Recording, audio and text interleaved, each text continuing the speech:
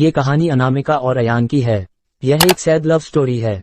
दोस्तों, आगे आप पढ़ेंगे अनामिका और अयान कैसे मिले और एक दूसरे से जुदा हुए। पूरी कहानी पढ़ने के बाद आपको ये कहानी कैसी लगी हमें कमेंट करके जरूर बताएं। धन्यवाद। अनामिका मध्य प्रदेश से दिल्ली कॉलेज के लिए आई थी और अयान राजस्थान से उसी कॉलेज में पढ़ने आया था। अयान एक सीधा साधा सा लड़का है जो ना लड़कियों से ज्यादा बात करता है और ना किसी से ज्यादा मतलब रखता है।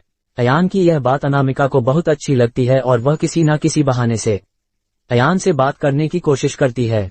अनामिका दिखने में क्यूट लगती है। कुछ ही समय में अयान और अनामिका की दोस्ती हो जाती है। अयान धीरे धीरे अनामिका को पसंद करने लगता है। दोनों दिन भर कॉलेज में बातें करते, अपने हर लाइक डिसलाइक को शेयर करते हैं और कुछ समय में बहुत अच्छे दोस्त बन जाते हैं।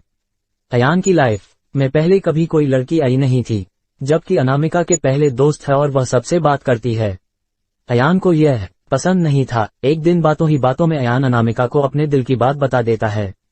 अनामिका उससे एक दिन का वक्त मांगती और कहती है, मैं कल तुम्हें इसका जवाब दूंगी।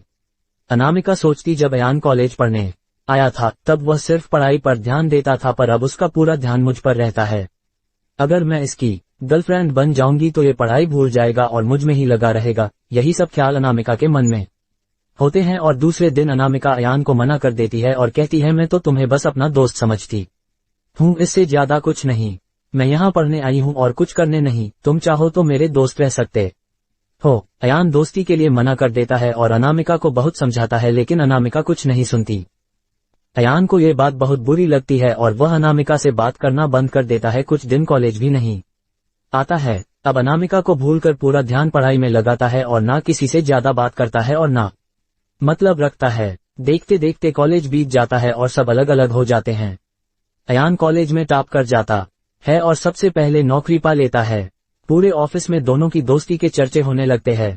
अयान सीधा साधा लड़का रहता है, उसको ज्यादा कुछ समझ में नहीं आता है। अयान कुछ समय बाद अनामिका को डिनर पर ले जाकर फिर से प्यार का इजहार करता है। अनामिका इस बार अयान से मना नहीं करना चाहती, पर उसके पास कोई चारा नहीं है क्योंकि कुछ ही दिनों में उसकी शादी होने वाली रहती है। अनामिका अयान को अपनी शादी की बात बताती है। इस बार अयान का दिल पूरी तरह टूट जाता है। वह बिना कुछ कहे वहां से चला जाता है।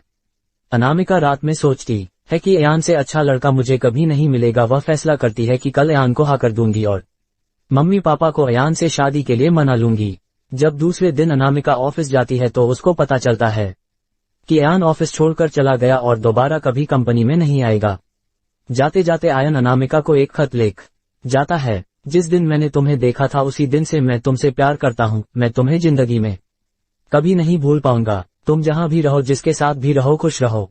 अब इस जीवन में इस दर्द के साथ ही जिंदा रहूंगा। मैंने हमेशा तुमसे प्यार किया है और केवल प्यार किया है। तुम मेरी जिंदगी में आने वाली पहली और आखिरी लड़की हो। अब ना मेरी जिंदगी में कोई आएगा और ना मैं किसी को आने दूंगा।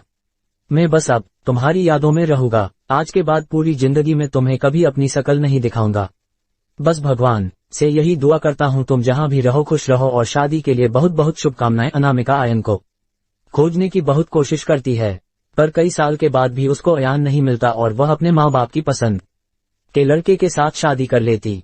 इस तरह दोनों हमेशा हमेशा के लिए एक दूसरे से बिछड़ गए और